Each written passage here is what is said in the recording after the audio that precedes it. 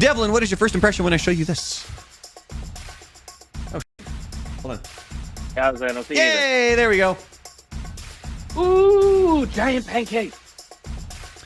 Of course. It is Uncle Buck. Uncle Buck is correct. Should have seen the toast. Couldn't even fit it through the door.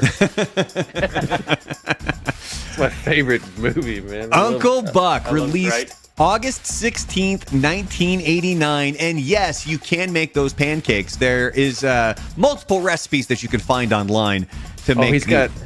He's got contraband mix though. He's got Aunt Jemima. That's a no-no. Yeah, well, you're just going to have to adapt. I guess he's got a Uncle couple of them Buck because is there's now another one canceled. back here. Uncle Buck is now canceled. Uncle Buck got canceled. So it made $79.2 million at the box office. Now, John Candy was not the first choice for Uncle Buck. Do either of you know who was?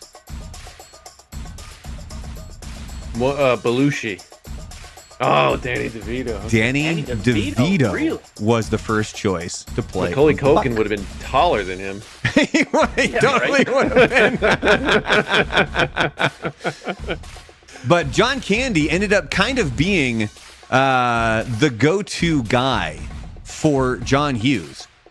Did you know that he actually is in more John Hughes movies than any other actor? I believe it. Yeah. Really?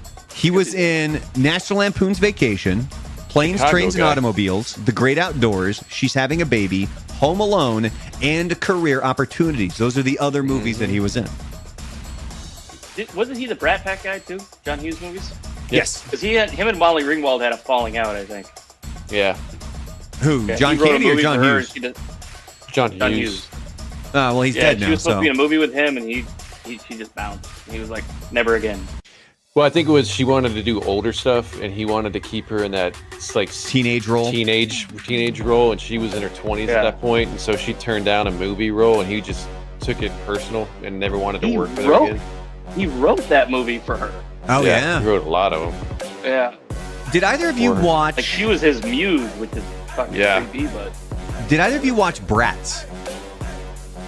No, It's the but I documentary. know a few of them. Yeah, well, it's the documentary about the Brat Pack that was done by. Oh, crap! No, I'm forgetting his name. Andrew Garfield. No, that's Spider-Man. God, what was the Brat Pack, Andrew? The guy from Weekend at Bernie's. Yes, Andrew McCarthy.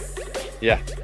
So it's a decent watch, but I mean, it truly just kind of comes.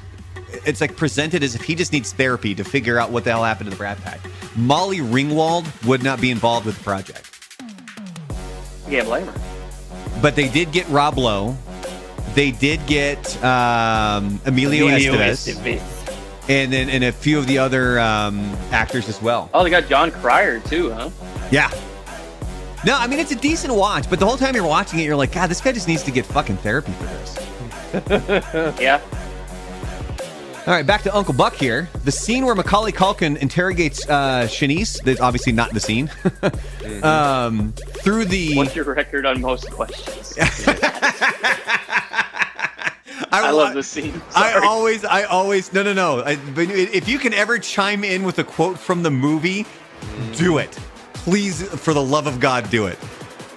Because I love going back, and as I'm researching all of this stuff, I specifically go and try to watch just scenes from all of these different movies or whatever it is, or commercials or whatever we're talking about. And this is one that I definitely watched. But the scene with Macaulay Culkin where he's talking to Shanice through the mail slot, that gave John Hughes the idea for Home Alone. There you go. Nice. Hence the reason when he shoots what's-his-face in the nuts. It's still a good scene too. I always like the scenes like the one where he's talking to the boyfriend and he's like, hey, why don't you come to my car and I got this hatchet. Like, I'll show it to you. And she's like, he's bull crapping you. He didn't have it. He opens his truck. He goes, look, I found it. It's right here. It really freaks the guy out. He's like, oh, I don't think I'm gonna go over there. And then the other one was when he's dealing with the principal. And he's got that here's ward. a quarter. Go get a rat to gnaw that thing off your face. No, but I like in the beginning where he's like, it's almost like when Austin Powers does the thing with in his Austin Powers. Yeah, the mole. Yeah, mole. And John Candy's like, I'm her wart. I mean, I'm her uncle. Must only his warts. He just can't get away from it. Man, he was so good. He was stinking good. So I also loved how suburban that school was. When a car would backfire, all the kids would duck. Oh, I love the fact that you brought that up. It's almost like you knew that, Devlin. Right there. Look at that. Because some of the scenes, see, Devlin, this is why you fit perfectly in with this live stream, because that was perfect timing.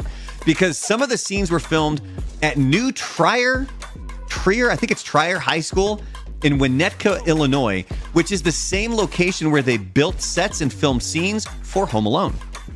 There you go. Because obviously, John Hughes kind of had that same, he gravitated towards the same areas and same actors and everything.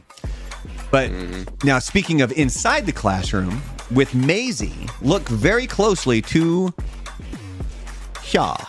Yeah, I don't That know is her name, but Anna Chlumsky. She would go on to star in My Girl with Macaulay Culkin. Oh, yeah. he's allergic to bees. Oh, God. He needs his Spoilers. glasses. He needs his glasses. It's his glasses. And a quick side note I here. feel like this inspired 6 Feet Under. And in case you didn't know, so that's her, not necessarily about now, maybe a few years ago. She was in Veep. Yeah. Fucking hilarious in Veep, by the way. If you've never seen it, go check it out. And finally, Uncle Buck, there were 2 short-lived TV shows of the same name. The first one debuted September 10th, 1990. It aired 16 total episodes. There was another 6 that never even aired. And nobody from the movie was actually involved with this project. Right. They just kind of did it. They did that a lot in the 80s. Yeah. Remember, there was a Ferris Bueller show that they tried to come out with. Yeah. Yep. And then there's also an Uncle Buck that came out in 2016 with, do you guys remember who Uncle Buck was in that one? Epps. Mike Epps. Mike Epps is correct. Remember everybody being upset about that. And that one lasted a total of 8 episodes. Yeah. That was Mike Epps can't carry anything, though. Like, he wasn't good enough to carry something like that. No, he's a good side guy, but as far as the lead role, It's also hard though too, where like you have a great movie, like that was a great movie, and John Candy was Uncle Buck, and the series failed because the guy wasn't John Candy, but in this one here, I mean, you have the race card. You had a bunch of people that are like, why is Uncle Buck black now? He can't be black, and you had that whole thing No, of going. course, I think yeah. that really canceled or really down Also, that show. In my opinion, with comedians, like, the best shows that they ever made, especially in the 90s, were they built the show around their stand-up comedy. Yep. Because then the comedian could fit right into it. Yep. This wasn't around his comedy wasn't about being an uncle. No. Or he a family man or anything. no, Or being an it was actor. a Hail Mary, Yeah. and it obviously failed.